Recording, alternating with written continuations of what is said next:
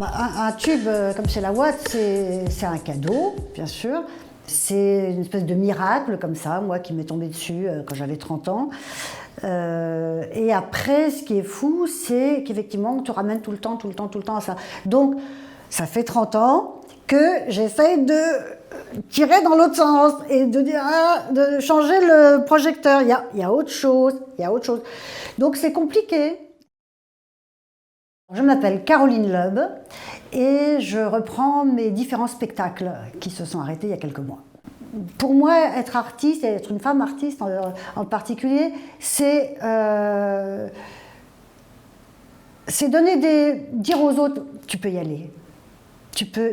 Vraiment, ça, tu peux le faire, tu peux le dire. Et souvent, il y a des artistes qui m'ouvrent des portes, qui m'ouvrent des fenêtres. Tout à coup, tu dis, on a le droit? Ouais, on a le droit.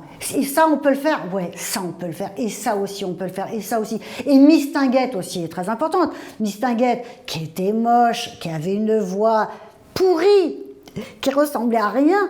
Et c'est tout dans le bagou, tout dans la tête, quoi. Et ça aussi, c'est important pour moi de véhiculer cette idée comme artiste. C'est que la voix, tous ces trucs d'octave, mais on s'en tape, ça n'a aucun intérêt. Il vaut mieux lire plus de livres et faire moins de vocalises, quoi.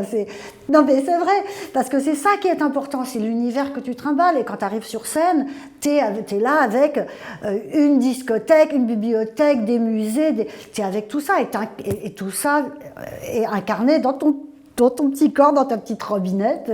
Et voilà, c'est ça qu'il faut transmettre, je crois. J'ai un panthéon d'idoles énorme. Alors ça va de Marlène à Joséphine Baker, à Arletty, à Dorothy Parker, à Tallulah Bankhead, voilà, Catherine Ringer, enfin bon, il y en a beaucoup. Bette Midler, qui a été un énorme choc quand j'avais 18 ans. Et toutes ces femmes-là m'autorisent à être moi-même. Ce virus m'a fait, parce que ça n'a pas été pour tout le monde, un énorme cadeau. C'est le temps.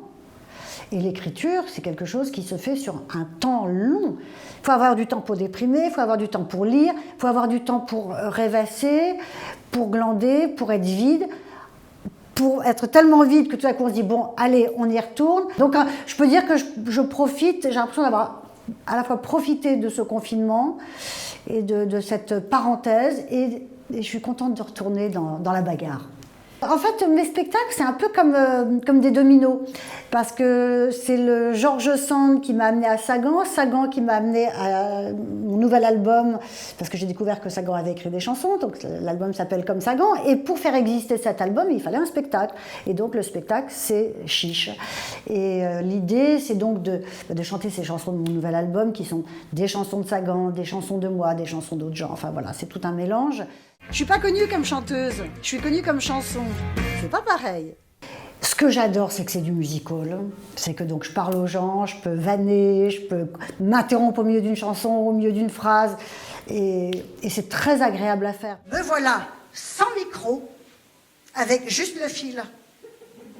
J'ai continué à chanter dans le fil, comme si de rien n'était.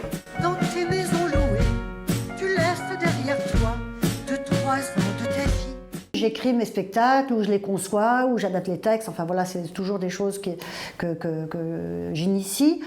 Après, il faut trouver qui va mettre en scène, il faut s'occuper de la musique, c'est Françoise Parsagan, il fallait faire composer une musique, louer le studio, payer les musiciennes, faire un décor, trouver quelqu'un qui fasse la lumière, enfin, et c'est un plaisir fou en même temps, vraiment, un rendez-vous avec un photographe, ou avec un graphiste, ou avec un metteur en scène, ou avec, pour les fringues.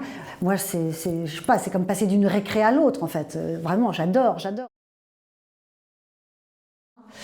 Le premier qui me vient à l'esprit, c'est Shirley avec Judith Magre, pour lequel elle a gagné un Molière en 2000. J'avais trouvé le texte, j'avais adapté le texte, je l'avais mis en scène. Et là j'ai fait un truc qui pour moi était très fort, très important, parce que Shirley, il n'y avait pas une phrase que j'aurais pas pu écrire. Moi, j'étais quasiment tous les soirs à la régie, parce que tous les jours, c'était les notes. Judith, il y a une seconde là, ce mot-là, le machin. Donc tous les jours, on était là à resserrer les boulons. Et il y a eu des soirs où en régie, je me disais, putain, c'est la perfection. Ça, j'en ai encore un peu des frissons. C'est vrai que c'était extraordinaire. Et c'est vrai que cette place de metteur en scène m'a énormément apporté, parce que c'est agréable de ne pas être l'objet.